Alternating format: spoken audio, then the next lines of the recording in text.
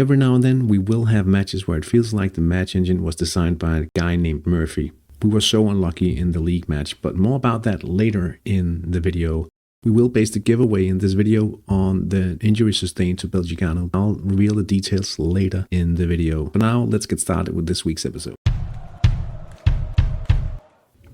Hello Hattrickers, it's time for episode 97 of Let's Play Hattrick in San Marino with Enter Calvehave. We are on the match page of round 1 in the Coppa Montale, where we played Alettis, San Marino, Jungzh. They are on a rebuild, so we had a fairly easy time winning against them in this one. Fairly even in the midfield, but we were relatively strong in attack, and we got through with a 4-0 win without any cards or injuries, so that's a very nice side. We're basically just looking forward to the next round in the cup, but nice to have visitors from a very big club providing quite a bit of income from a secondary cup match. We will be playing UTA San Marino in the next round of the cup, and I'm fairly certain it will be our final cup match this season. They are very strong compared to us. If you look at the TSI average, it will be lower because of the average age in the top 11 squad, and they have more than double our TSI. You can also tell by looking at average experience, formidable 9.5 compared to inadequate 5.25. So yeah, probably the last match this season, but it's been a good cup season for us, and we are looking forward to play the regular friendlies against the team in Denmark for the chance of extra training.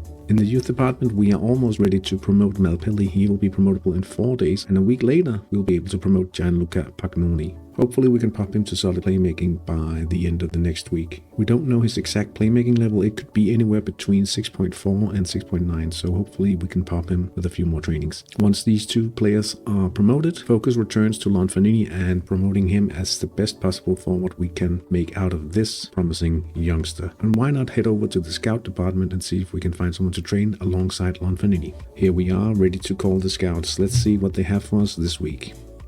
They're all 16-year-olds. I'm thinking we should try Fulvio Quattino. He doesn't have any defending. Possibly he could have some scoring. If he's a young 16-year-old, it might work out. Let's see. Nah, that won't do. He's almost 17. Yeah, let's just fire him right away. There we go. In the senior training department, no skill pops to report here, but it's perfectly fine. I did make an update to the sheet, so let's just have a look, see how that looks at week 89 of the cycle. The sheet was updated with the proper icon for Volakis. He is indeed a PNF, and he's now fitted into the sheet with all the correct info. It will be interesting to see which of the players is the most talented when it comes to HGMS. With the homegrown bonus, Zanotti is ahead of Belgicano and Volakis, but it will be interesting to see who of those two is the second best when it comes to the HGMS going forward. One of the things I like to keep track of during the cycle is the assets overview, and I've updated this sheet to display all of our assets in the cycle so far. We have 13.5 million euros in the coffers, and we have Bladwowski and Aljamasi as pure profit players worth roughly 2.8 million euros. So that's not a lot, but if we look at the value stored within the core players and the half-baked core players, you'll see the value of these players have risen to a combined value of 25.4 million euros for a total value of 41.7 million in the club at this point in the cycle. I'm not too worried about the lack of funds, if you would put it like that, because the money-making potential passively in San Marino is quite high, since we are playing in Division 4 and we are passively earning a lot of money from sponsors and potentially also from spectators should we promote in a few seasons. Yeah, I think it's looking good. We are looking at the possibilities of adding another defender like Aljamasi as a profit player for the 50% playmaking spots in the friendlies. Hopefully I can present news about such a player very soon. I've also made an adjustment to the overall training plan. I've decided to split a playmaking stint of 31 weeks into a 15-week and a 16-week stint with a passing stint in between in order to keep salaries down. It doesn't change the final output of the players, and it will help us keep the wages down in the coming seasons. So for now, I think I'll stick to the playmaking pattern of the coming cycles.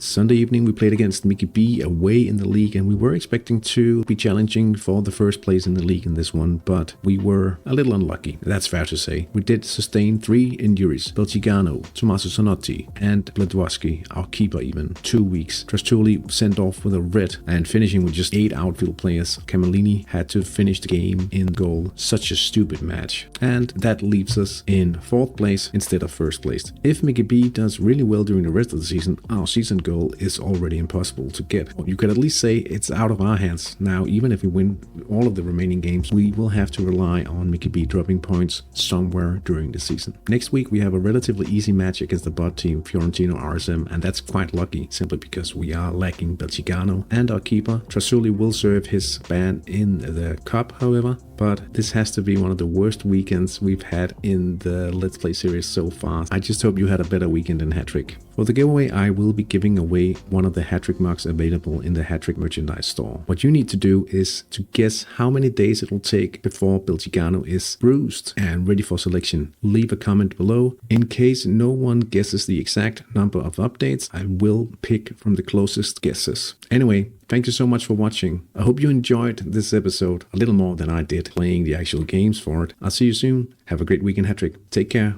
Bye.